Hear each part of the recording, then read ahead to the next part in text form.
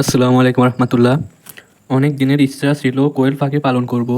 তো পাশের এলাকায় শুনলাম কোয়েল পাখি বিক্রি করবে। তাই এই সুযোগ হাতছাড়া না করে সকাল সকাল কোয়েল পাখি যে খাঁচায় রাখবো ওই খাঁচার হাঁসগুলো বের করে দিব বলে বাড়ির পিছনের দিকে ঘিরতে লাগলাম। কারণ আমাদের এই দিকে কুকুর বিড়াল অনেক জ্বালাতন করে।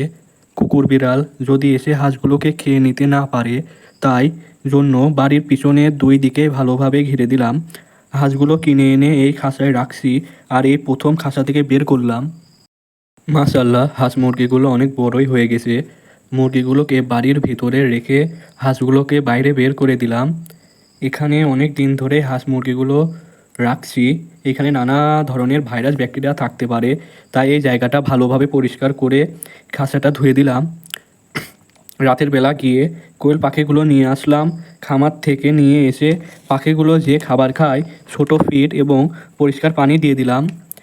পাখিগুলো অনেক বড়ই হয়ে গেছে। খামারওয়ালা বলল যে এরা আর 8-10 দিন পর থেকে ডিম দিবে। তো আপনারা আমার জন্য দোয়া করবেন। আসসালামু আলাইকুম।